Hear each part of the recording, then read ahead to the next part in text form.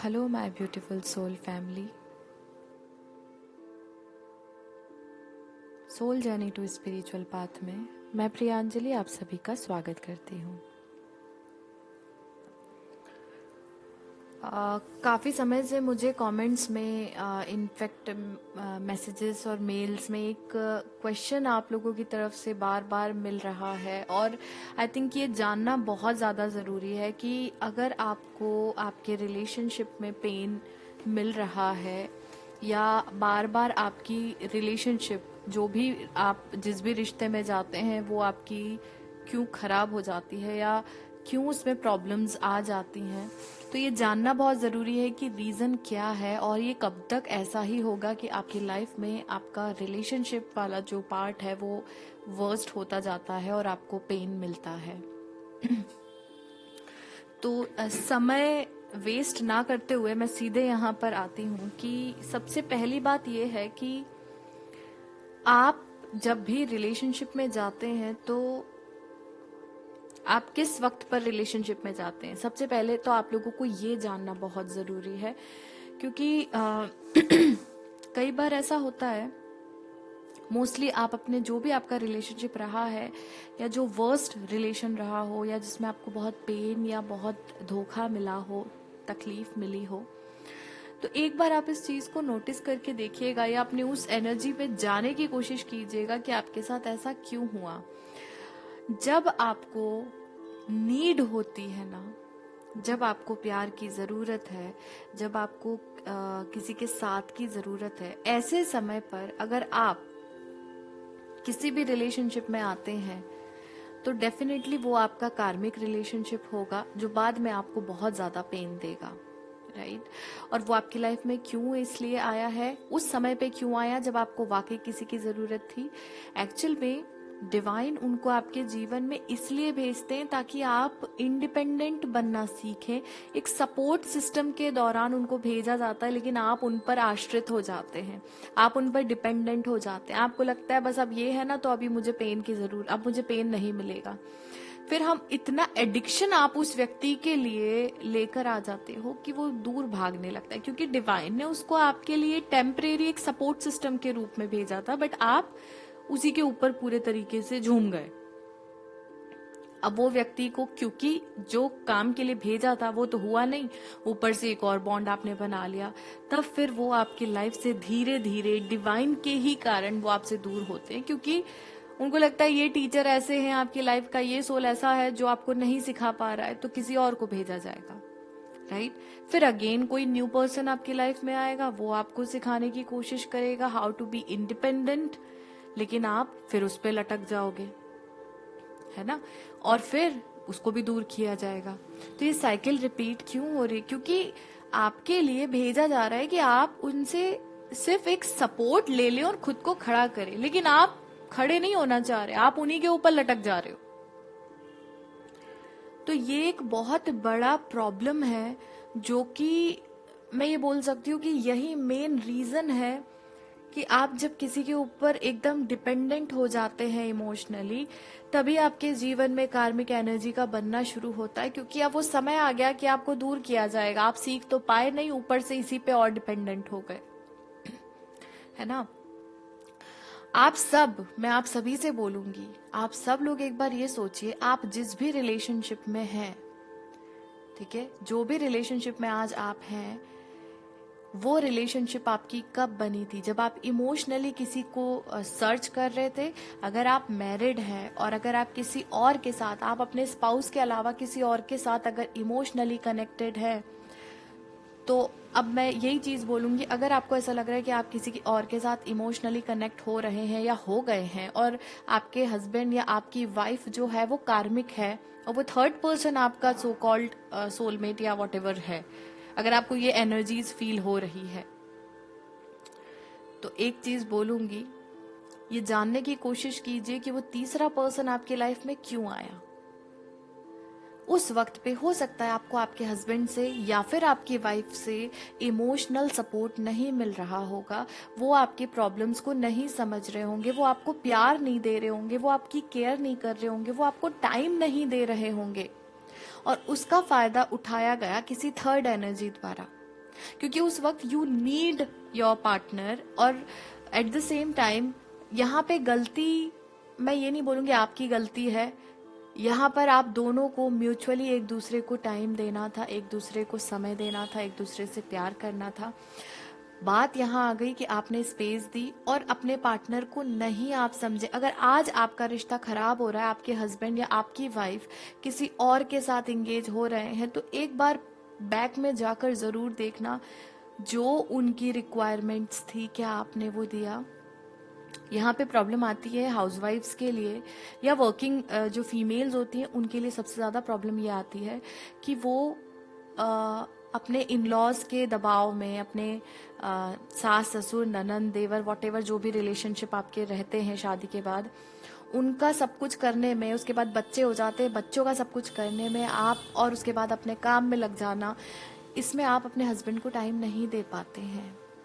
आप ये भूल जाते हैं कि शादी तो आपने एक व्यक्ति से की है, उसी को टाइम ना दे के उसके पूरे कुनबे को, पूरे खानदान को आप टाइम दे देते हो और उसको आपकी जरूरत है, आपने उसे टाइम नहीं दिया, तो वो सपोर्ट, वो नीड, वो इमोशंस वो बाहर से, ऑब्वियस सी बात है ना, उसको कोई चाहिए जिससे वो अपनी बातें शेयर करे।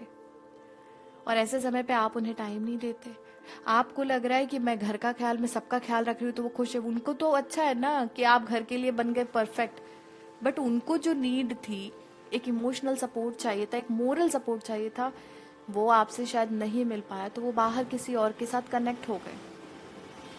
सेम चीज होती है फीमेल्स के साथ। हर आदमी को लगता है कि मैंने सब कुछ तो दे दिया है, हर चीज तो दी है मैंने अपनी वाइफ को, है ना। आप लोगों की ये गलत फहमी होती है। क्या चाहिए आपकी वाइफ को? आपका समय, आपका प्यार, आपकी केयर। और जब उन्हें वाकई, क्योंकि वो अपना सब कुछ छोड़कर आपके जीवन में आई हैं, आपके परिवार को अपना परिवार समझ के उन्होंने सब कुछ किया है, क्या आपने एक बार भी सोचा कि उसकी खुद की क्या इच्छाएं हैं, क्या उसको किसी चीज की, क्योंकि एक पत्नी अपने पति पे ही वो एक अधिकार जमा सकती है कि मुझे ये चीज चाहिए या मुझसे बात करो, है ना। और ऐसे समय पे जब उन्हें आपकी जरूरत होती है तब आपके पास समय नहीं होता, और ऐसे समय पे अगर गलती से किसी और से वो कनेक्ट हो जाती हैं किसी भी सोशल नेटवर्किंग या प्लेटफॉर्म के थ्रू, तो वो व्यक्ति को जब वो अपने अंदर की पूरी बातें बताना शुरू करती हैं कि मैं बहुत पेन में हूं, मुझे कोई समय नहीं दे रहा, और ऐसे समय का फायदा, ऐसी सिचुएशन का फायदा वो तीसरा व्यक्ति उठाता है। ये तो आई मैरिड कपल्स की बात। अगर आप रिलेशनशिप में भी हैं, कोई क्लैशेस भी हो रहे हैं, आप ये जानिए कि अगर आपका एक रिलेशनशिप में आपका अगर ब्रेकअप हुआ है, दूसरे में भी सेम चीज हुई है, तीसरे आपके जितने भी रिलेशनशिप बने हो, तो आपको ये देखना पड़ेगा कि फर्स्ट रिलेशनशिप जो आपकी थी उसमें क्या आपने ऐसा किया जिसके कारण आपकी लाइफ में सबसे ज्यादा प्रॉब्लम्स आए, या पेन से निकलने के लिए आपको किसी और का सहारा मिला और उसके बाद आप उस पे भी एकदम से पूरा एकदम आपको लगा बस यही मेरा हितैषी है, और बिल्कुल आपने उस पेन, पास्ट के पेन से निकलने के लिए नया पेन तैयार कर लिया।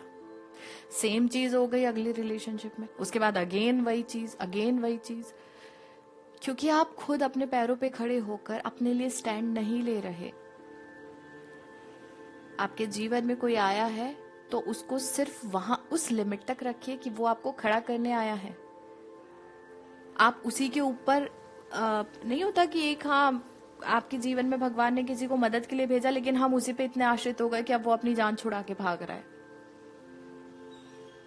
तो प्लीज इस चीज को समझने की कोशिश कीजिए। और रही बात जो जनरली मुझे सब आप लोग बोलते भी हैं कि हमारा पार्टनर बदल गया या हमारी रिलेशनशिप में चेंजेस आ गए, तो पहले खुद को देखिए। डे 1 पे जब आप अपने पार्टनर से मिले थे, क्या आप सेम एनर्जी में थे?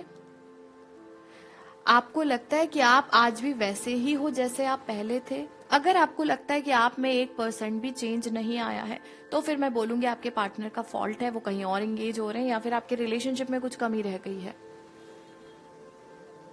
लेकिन अगर आपको लगता है हाँ पहले आप बहुत अच्छे थे, बहुत हैपनिंग टाइप थे, बहुत ही एकदम फ्रैंक एनर्जी में रहते थे, बहुत ही जॉली नेचर आपका था, लेकिन अभी आप बहुत सैड है, बहुत एग्रेसिव है, बहुत ही सौरो वाला एनर्जी कैरी करके चलते हैं, बहुत दुखी हैं, परेशान हैं, फ्रस्ट्रेटेड हैं। तो आप ये कैसे सोच सकते हैं कि डे वन का आपका एनर्जी अगर बदल गया है तो सामने वाले का नहीं बदलेगा। इसलिए इस चीज का आपको ख्याल रखना है। अगर आप चाहते हैं, आज भी मैं आपसे बोलती हूँ, अगर आप चाहते हैं कि आप अपने रिलेशनशिप को हेल्दी रखें या आप अपने रिश्ते को ठीक करें, तो सबसे पहले आपको खुद को ठीक करना पड़ेगा। अगर रिलेशनशिप पहले जैसी चाहिए तो पहले खुद को पहले जैसा बनाना पड़ेगा। मैंने हमेशा कहा, हर चीज के पीछे हमारा खुद का ही एनर्जी होता है। हम जो एनर्जी देंगे हमें वही एनर्जी मिलेगी। आप सैडनेस दोगे तो आपको उस रिश्ते से सिर्फ सैड एनर्जी ही मिलना है। आप हैप्पीनेस दोगे तो आपको उस रिलेशनशिप से हैप्पीनेस ही मिलेगी। इसलिए सबसे पहले खुद पे काम कीजिए, सबसे पहले खुद को खुश रखिए। और अगर आपको बार बार धोखे मिल रहे हैं तो मैं एक ही बात आप लोगों से बोलूंगी, जरूरत है खुद के ऊपर काम करने की, जरूरत है खुद को खुश रखने की। और बार बार धोखे इसलिए मिल रहे हैं क्योंकि जब आपको जरूरत है ना प्यार की, तब आप ढूंढने निकल रहे हो। ऐसे समय पे बाहर मत ढूंढो प्यार को, आपके अंदर ही है आपका प्यार, आपका इनर चाइल्ड ही है आपकी सोल। उसको स्ट्रॉन्ग करो, खुद से प्यार करो, क्योंकि जब आप खुद से प्यार करोगे तो हर व्यक्ति आपसे प्यार करेगा। जब आप ही खुद से प्यार नहीं करोगे तो आपको यह अधिकार किसने दिया कि आप दूसरों से उम्मीद करो कि वो आपसे प्यार करे। पहले खुद से प्यार करिए। आप प्यार मत ढूंढिए, जब आप खुद से प्यार करेंगे तो प्यार आपको ढूंढ कर आपके पास आएगा। और ये अभी तक मैं पिछले 2 से 2.5 सालों में जितने भी अभी सेशंस ले चुकी हूँ या वेबिनार्स हो चुके हैं, मुझे किसी ना किसी की तरफ से ये जरूर पता चला है कि जब वो हील हुए हैं, अपने ऊपर उन्होंने काम किया है। इनफैक्ट अगर आपने नहीं लिए हो सेशन, नहीं लिए हो वेबिनार, अगर आपने अपने लेवल से भी खुद को हील किया होगा तो आप लोगों ने ये चीज जरूर रियलाइज की होगी कि जब आप अच्छे होने लगते हो, जब आप हील होने लगते हो, तब आपका पार्टनर आपको अप्रोच करना शुरू करता है, क्योंकि आपके वाइब्रेशंस जो है वो पॉजिटिविटी आपकी बॉडी से, आपके जो हायर वाइब्रेशंस है ना, वो एलिमिनेट होते हुए फील होते हैं, दिखते हैं, एक अट्रैक्टिव ऑरा आपका बन जाता है। लेकिन जब तक हमारी हीलिंग पूरी नहीं होती तब तक आप लोगों को अपनी एनर्जी किसी को देने की जरूरत नहीं है। आपको बार बार धोखे इसीलिए मिलते हैं क्योंकि आप उस वक्त पर रिलेशनशिप में जाते हो जब आप अकेलापन महसूस करते हो। और मैक्सिमम रिलेशनशिप वहीं पे खराब होते हैं जहां पर आपका चाइल्डहुड प्रॉब्लम से गुजरा हो। अगर बचपन से आपके आप एक होता है ना कि आपको बचपन से ही पेरेंट्स का या तो सपोर्ट नहीं मिला या फिर आपने घर में माहौल खराब देखा है, आप अपने पेरेंट्स को लड़ते हुए देखा है या अपने पेरेंट्स के साथ आपका संबंध ठीक नहीं रहा होगा, तो वो चाइल्डहुड वूंड्स ही, क्योंकि आप बचपन से अपने आप को अकेला फील कर रहे हैं, अब आपको कोई भी मिल जाएगा, आप उसी में अपना पूरी दुनिया संसार देखोगे। वो आपको डंप करेगा, आपको धोखा देके चला जाएगा, फिर आप दूसरे में उलझ जाओगे, दूसरा छोड़ेगा, तीसरे में उलझोगे, पर आपको सच्चा प्यार जो हम बोलते हैं ना, आपको ट्रू लव, वो नहीं मिल पाएगा। क्योंकि पहली बात तो ये है कि आपने उसको अंदर फाइंड आउट ही नहीं किया। अंदर से तो आप वैसे ही, अभी बोलते ना कि अगर आपको बोला जाएगा कि चलनी में पानी भरो तो आप भर पाओगे, छेद है, निकल जाएगा। सेम आपकी हालत है, अंदर से आप डैमेज हो, आप बचपन से ही आपको वो एक अपनापन, एक स्ट्रेंथ नहीं मिली है और आप वीक बर्तन में प्यार भरने की कोशिश कर रहे हो तो वो निकल जा रहा है, हाथ में आ ही नहीं रहा। इसलिए सबसे पहले अंदर से खुद को स्ट्रॉन्ग करो, ठीक है। मैं अभी, जैसे मैंने अभी वो तो कर ही दिया है, लाइव का नोटिफिकेशन आप लोगों को मिल गया होगा। इनर चाइल्ड की हीलिंग से ही हम लोग अब मेडिटेशन लाइव जो है वो शुरू करेंगे। अभी सिर्फ रात का टाइम मैंने रखा है क्योंकि 19 अगस्त से चक्रा हीलिंग की क्लासेस भी स्टार्ट होंगी, जिसमें चक्रास के बारे में सारी इन्फॉर्मेशंस आपको मिलेगी। इसलिए अभी थोड़ा सा लेट टाइम आप लोगों को दिख रहा होगा, बट विल ट्राई कि बहुत जल्द मैं मॉर्निंग में भी एक बैच लेकर आऊं, जिसमें वो इस तरीके का होगा। लाइव मेडिटेशन है, आप लोग जब भी ज्वाइन करें, अगर आप ऑन टाइम आएंगे तो आपको शुरू से मेडिटेशन मिलेगा, क्योंकि लाइव रहेगा, तो आप पीछे करके उसको नहीं देख पाएंगे। तो आप लोग नोटिफिकेशंस ऑन कर लीजिए। स्टार्टिंग के 7 डेज हम इनर चाइल्ड यानी अंदर से खुद को स्ट्रांग करेंगे, ठीक है। उसके बाद 1 बाय 1 हम एक एक चक्रास पे ध्यान लगाएंगे, एक एक चक्रास की हम हीलिंग करेंगे, और चक्रास के बारे में सारी इंफॉर्मेशन रिगार्डिंग एवरीथिंग, यहाँ तक कि आप अपने लाइफ में चाहे कितनी भी बड़ी बीमारी क्यों ना हो, या मैं ये भी बोलूंगी अगर कैंसर जैसी बीमारी को भी हम क्योर कर सकते हैं, अगर हमें प्रॉपर वे में चक्रा मेडिटेशन आता हो। ऐसी कोई बीमारी नहीं है जिसका इलाज चक्रा मेडिटेशन से नहीं हो सकता। वो सारी इन्फॉर्मेशन अगर आप चाहते हैं, जानना चाहते हैं, चक्रास को डीपली समझना चाहते हैं, तो आप चक्रा हीलिंग की जो क्लासेस है 19 अगस्त से आप उसको ज्वाइन कर सकते हैं, ठीक है।